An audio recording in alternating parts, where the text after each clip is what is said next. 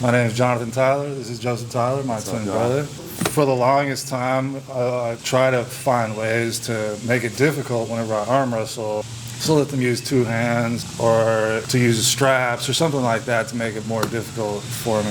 And the last time we pulled, Are we telling them about this? no, I'm not going to give away too much, okay? But I am going to say that I won't be showing y'all, but I did kind of, you can't reinvent the wheel, as Justin Bishop said recently, and I do agree with that. There's a lot of good information out there already, but it's like you can get creative with your training approach and kind of tailor to your style the best way to pull. And before me and him were practicing, I don't know, it was a couple of weeks ago, I guess.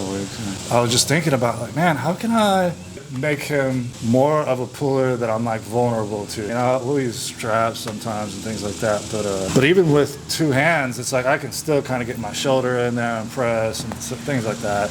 But I ended up kind of having a eureka moment of like how to attack the pressure that I'm looking for, or how to get attacked. And yeah, it's not something that I want to divulge. I want to keep it like an IUF secret or our secret, at least Close to the chest. it might end up getting out there or whatever. But to me, it's a really good idea. It really will make anybody be able to pin me, like take me out of my power. It doesn't take much assistance from the offhand. No, it would be hard for you to figure it out, honestly, because it took a long time for me just like trying to think about the problem of like how do I simulate this type of puller, But anyways, we're going to be working on that today after we like really get warmed up and just do some normal pulls first, because it's also something you don't really want to do unless you're like extremely warm. Yeah.